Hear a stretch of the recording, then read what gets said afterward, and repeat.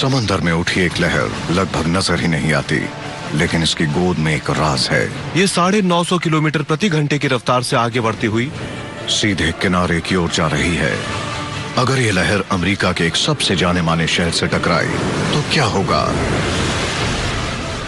कुदरत का ये कहर लाखों करोड़ों को मौत के घाट उतार सकता है।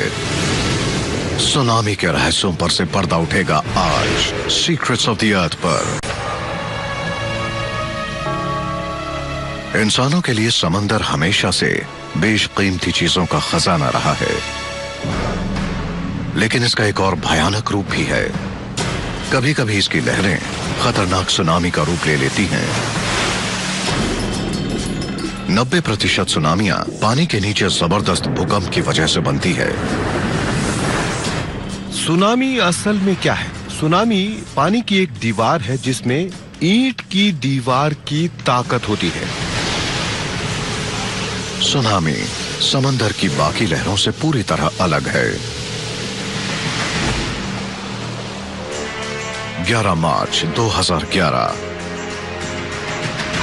9.0 की तीव्रता से एक भूकंप ने जापान को हिला दिया और उससे उठने वाली सुनामी तोहोकू के प्रांत की ओर बढ़ी। कुछ जगहों पर इसकी लहरें 120 फुट तक ऊंची थीं। 18,000 लोग लापता हुए या मारे गए और 6,000 घायल। $235 अरब के नुकसान के साथ यह धरती की सबसे महंगी कुदरती तबाही साबित हुई।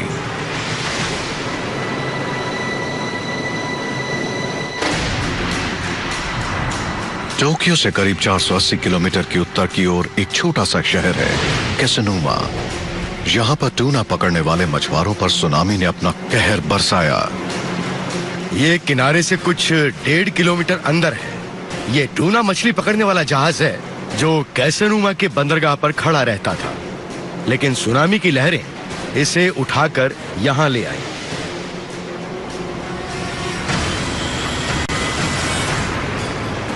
जापान धरती के रिंग ऑफ फायर पर बसा है, यानी पैसिफिक महासागर को घेरता हुआ वो दायरा जहां भूकंप और ज्वालामुखी आम बात है। पिछली शताब्दी में 14 बेहद खतरनाक सुनामियों के साथ जापान दुनिया का सबसे सुनामीग्रस्त देश बना। लेकिन जापान अकेला नहीं है। समंदर में भूकंप आने से अमेरिका के उत्तर पश्चिमी राज्यों में भी सुनामी आ सकती है। कैस्केडिया फॉल्ट को ही ले लीजिए, जो रेखा कनाडा से वॉशिंगटन और वॉशिंगटन से ओरेगॉन तक फैली है। हम जानते हैं कि अतीत में ये तबाही मचा चुकी है। समंदर की सतह से मिले मिट्टी के नमूने साबित करते हैं कि इतिहास में कई बार यहाँ सुनामी आ चुकी है। सुनामी हमारी धरती पर करोड़ों अरबों सालों से आती रही है, तब से जब से इस धरती पर समंदर है। समुद्री तलछट के कुछ अवशेष सन 1700 में कैस्केडिया फॉल्ट की वजह से आई सुनामी के हैं। भूकंप और उसके बाद आई बाढ़ के किस्से अमेरिका के मूल निवासियों की लोक कथाओं में आज भी जीवित है। ट्री रिंग स्टडी के मुताबिक मृत पेड़ों की बाहरी रिंग की कार्बन डेटिंग से 1699 की तारीख सामने आती है, जो उस सुनामी से पहले उन पेड़ों का आखिरी साल था। लेकिन सटीक तारीख एक रहस्यमय सूत्र से पता चली है। जब वैज्ञानिक जापान गए तब उन्हें सन 1700 में आई सुनामी के रिकॉर्ड्स मिले। इससे ये पता चला कि अमेरिका से टकराने वाली सुनामी वही है जो जापान से भी टकराई थी। अब हम ये जान चुके थे कि सुनामी ठीक किस दिन और कितने बजे टकराई।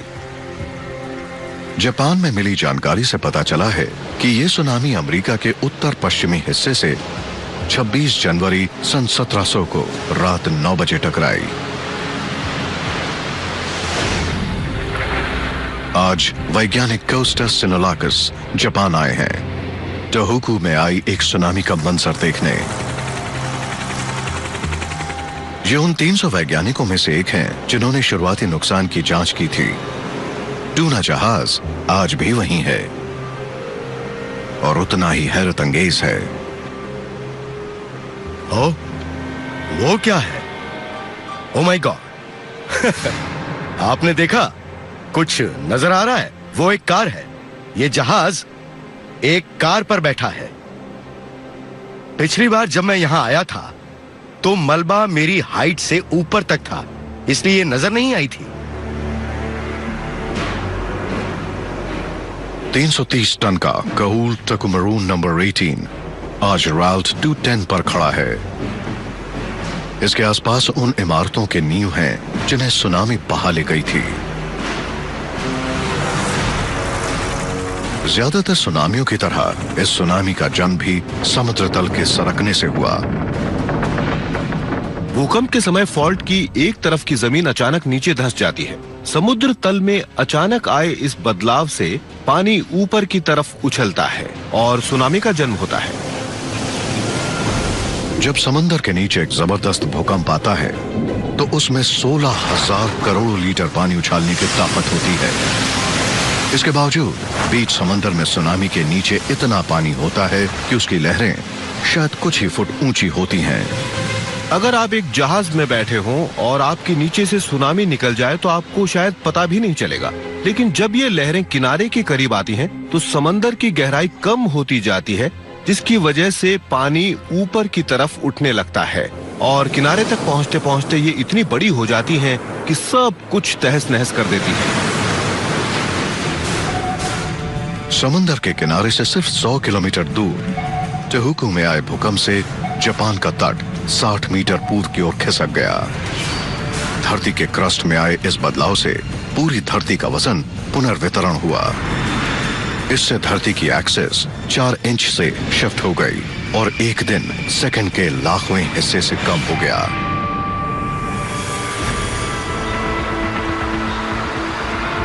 दिसंबर 2004 इंडोनेशिया के सुमात्रा द्वीप के करीब समंदर में भूकंप आया, जिससे हिंद महासागर में सुनामी की लहर उठी।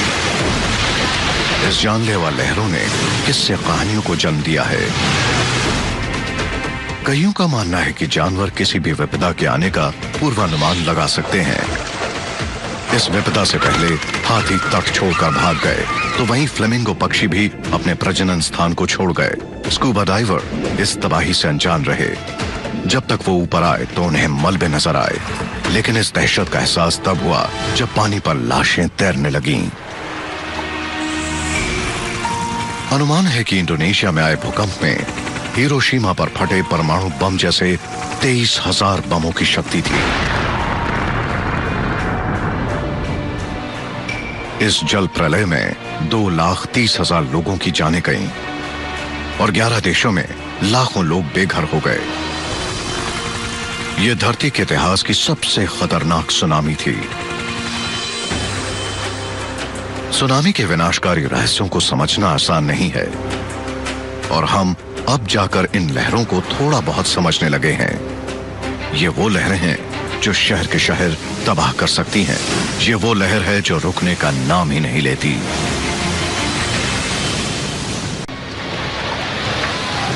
सुनामी हमारी धरती के हर महासागर में उठी है, लेकिन 80% सुनामियों की जिम्मेदार है Pacific ring of fire.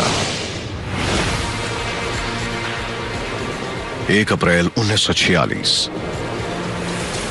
Alaska के लूशियन द्वीपों पर 7.1 तीव्रता का भूकंप आया, जिससे सुनामी 2200 मील दूर हवाई के हीलो इलाके की ओर बढ़ी।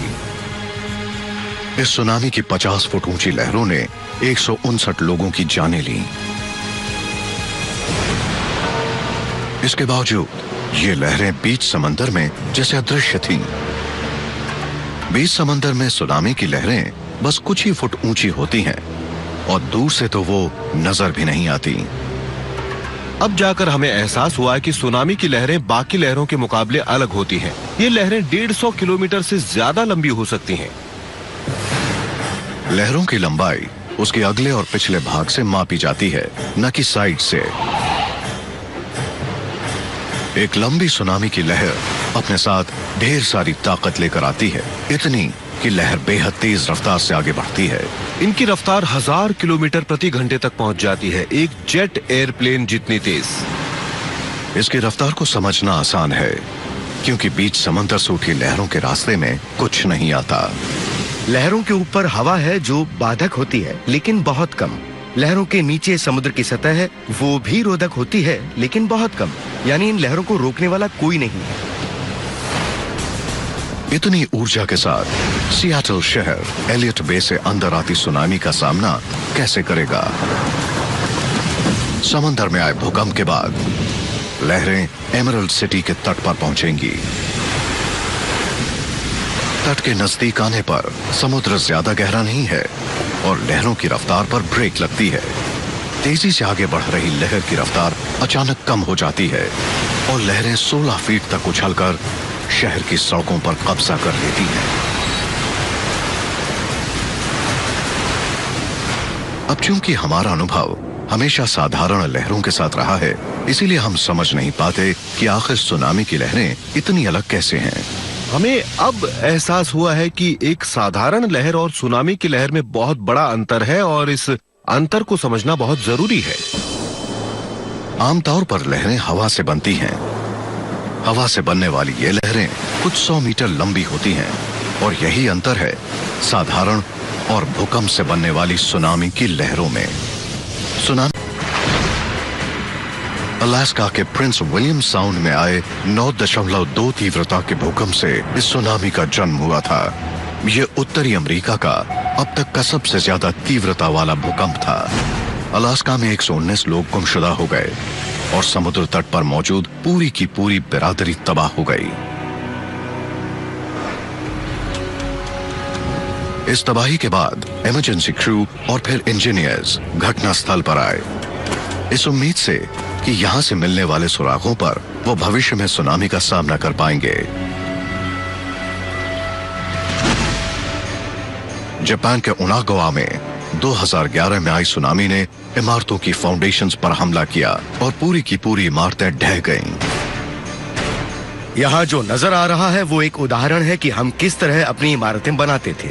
जैसे ही पानी नीचे जाता है तो वो इमारत को उठा लेता है और इमारत तैरने लगती है। अब जैसे ही एक बड़ी लहर आती है शूक, तो पूरी इमारत गिर जाती है। मेरे मुताबिक ये उदाहरण इंजीनियरिंग की हर किताब में आने वाले अगले 10 सालों तक रहेगा। दूसरी लहर जिसने इस इमारत को पलट दिया, सुनामी के एक और रहस्य को खोलती है। सुनामी की लहरें एक के पीछे एक आती हैं, जिन्हें वेव ट्रेन्स कहते हैं, और हो सकता है सबसे बड़ी लहर पहली लहर के 1 घंटे बाद आए। इतना ही नहीं, सुनामी की रफ्तार तबाही में मुख्य भूमिका निभाती है। इस रफ्तार के चलते सुनामी हजारों मील की यात्रा तय करके तट तक पहुंचती है। सुनामी सिर्फ एक दिन में पूरे पैसिफिक महासागर में प्रलय ला सकती है। सच तो यह है कि सुनामी के लिए पैसिफिक महासागर किसी तालाब की तरह है। टहोकू सुनामी 5000 मील दूर कैलिफोर्निया के सांता क्रूज शहर में 9 घंटों बाद पहुंची।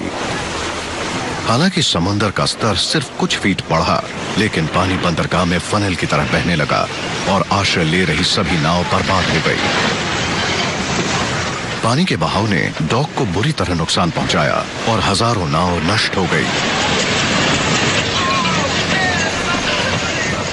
कुल मिलाकर कैलिफोर्निया के तट को $10 करोड़ का नुकसान हुआ। हालांकि ज्यादातर सुनामियों का जन्म समंदर में आए भूकंप से होता है, लेकिन कुछ ऐसी भी घटनाएं हैं जो सुनामी ला सकती हैं। कुछ जो धरती पर होती है और कुछ जो अंतरिक्ष से आती हैं।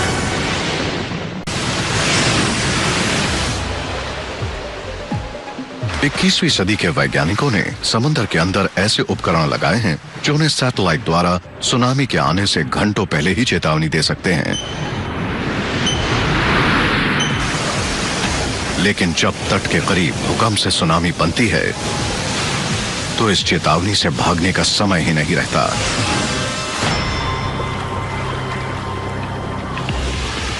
अगली सुनामी हमारी धरती के तट से कब टकराएगी और इसका हमारे जान माल पर क्या नुकसान होगा, इसका सिर्फ अनुमान ही लगाया जा सकता है। माना जा रहा है कि अगले सैकड़ों या शायद हजारों सालों में इंसान कुदरत के इस प्रकोप को रोकने का तरीका जरूर ढूंढ लेगा। लेकिन तब तक सुनामी हमारी धरती के सबसे खतरनाक और भयानक रहस्य के रूप में आतंक फैलाती रहेगी।